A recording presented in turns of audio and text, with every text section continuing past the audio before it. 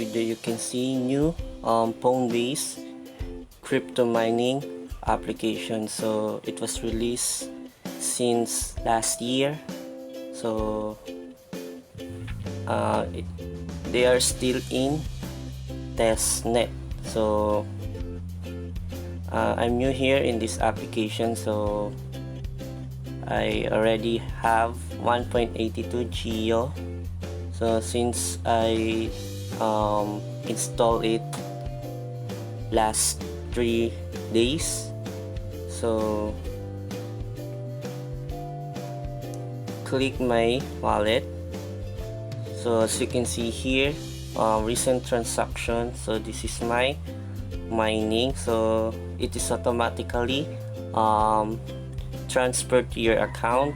So they are using your data to mine. So this application is data collector app. So you can see your ranking here, mining ranking. So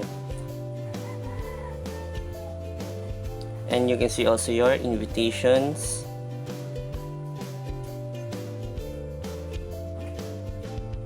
So let's check.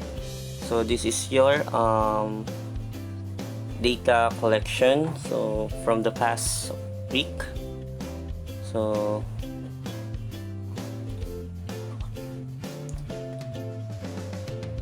you can also share it in the social channel.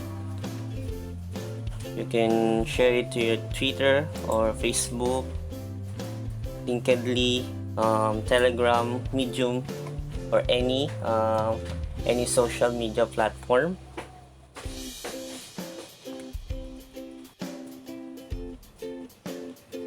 So you can see my invitational referral code here, YCG10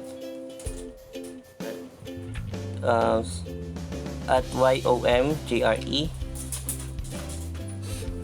So let's try to withdraw. So go back to my wallet. So click this, click send. So there's a warning. So GeoCash still on its testnet phase, so be sure to send these geos only to other GeoCash wallet.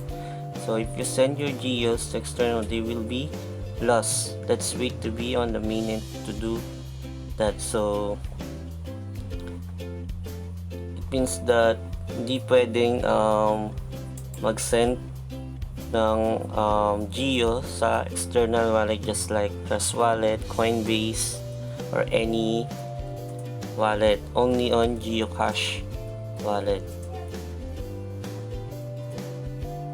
So if you have some question regarding to this application,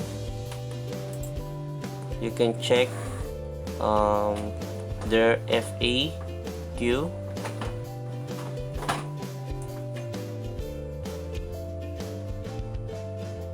So this is the FAQ of this Geo application. So if you have some question regarding this app, you can check it here for more updates and how this GeoCash work.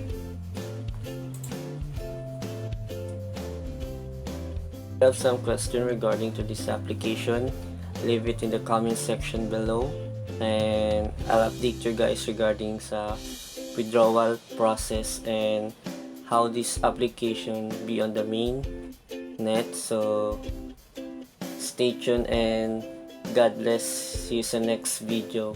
Thank you guys.